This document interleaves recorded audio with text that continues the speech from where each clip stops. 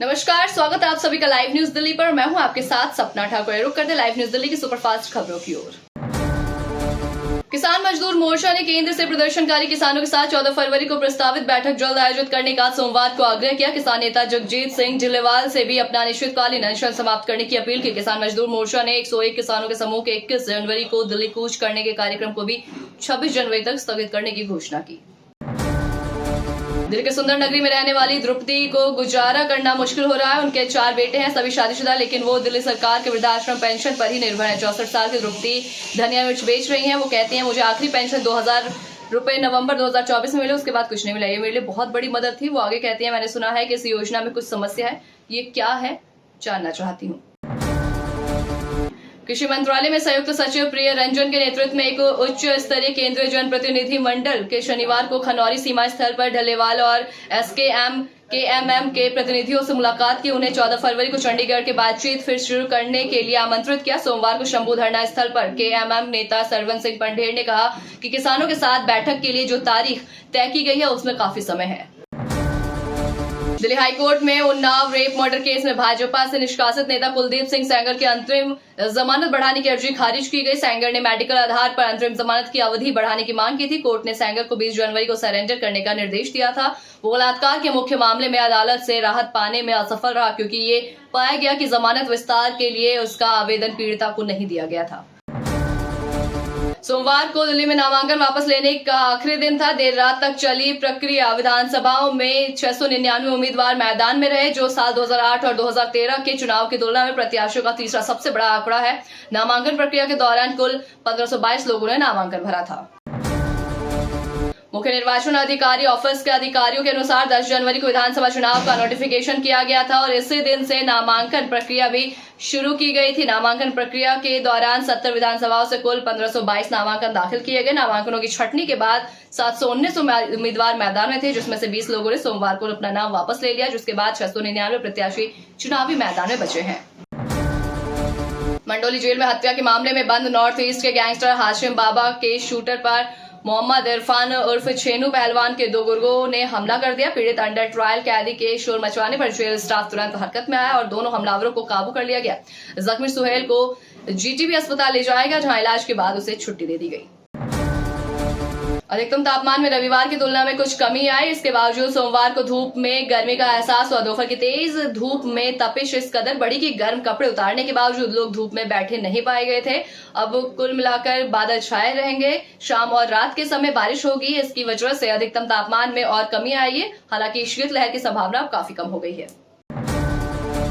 आखिरकार बीजेपी ने भी दिल्ली में मुफ्त योजनाओं को आगे बढ़ाने का ऐलान कर दिया है। पार्टी के राष्ट्रीय अध्यक्ष जेपी नड्डा ने दिल्ली विधानसभा चुनाव के लिए बीजेपी का संकल्प पत्र जारी करते हुए कहा कि हमारी सरकार बनी तो महिला समृद्धि योजना के तहत दिल्ली की महिलाओं को प्रतिमाह 2500 रुपए दिए जाएंगे। उन्होंने कहा कि दिल्ली में लागू जन कल्याण की योजनाओं को भी जारी रखा जाएगा।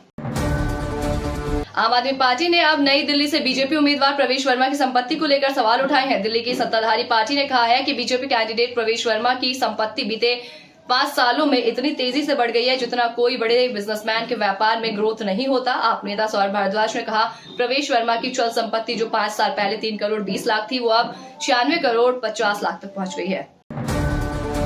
दिल्ली बीजेपी ने संकल्प पत्र का पार्ट 2 किया जारी। अनुराग ठाकुर ने कहा कि विकसित दिल्ली और विकसित भारत का संकल्प है। भ्रष्टाचार के खिलाफ जीरो टॉलरेंस नीति लाएंगे। दिल्ली में घोटालों की जांच के लिए एसआईटी का गठन करेंगे। दिल्ली में केजी से लेकर पीजी तक सरकारी संस्थाओं में मुफ्त शिक्षा देंगे। संभल में 3 सदस्यीय न्यायिक आयोग ने शाही जामा मस्जिद के पास से क्षेत्र का किया निरीक्षण। उत्तर प्रदेश सरकार ने आयोग का किया था गठन।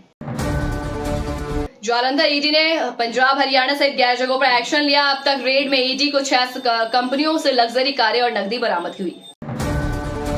बॉलीवुड एक्टर सैफ अली खान पर उनके मुंबई स्थित घर में हुए भीषण हमले के मद्देनजर दिल्ली में उपराज्यपाल वीके सक्सेना ने पुलिस आयुक्त को शहर में बांग्लादेशी और रोहिंग्या घुसपैठियों की पहचान के लिए विशेष अभियान शुरू करने का दिया निर्देश। वहीं बीजेपी ने आम आदमी पार्टी को निशाने पर लिया है।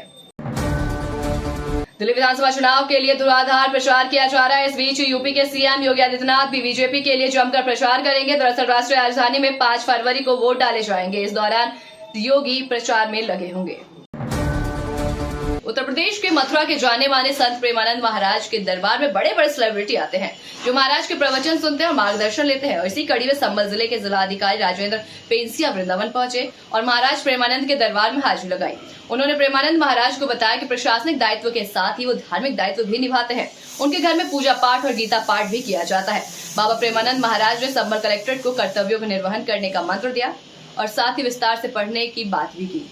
मथुरा में स्थित वृंदावन में संत प्रेमानंद महाराज के दरबार में संभल कलेक्ट्रेट राजेंद्र पेंसिया पहुंचे। डीएम संभल में अपने सुपर एक्शन को लेकर चर्चित हैं।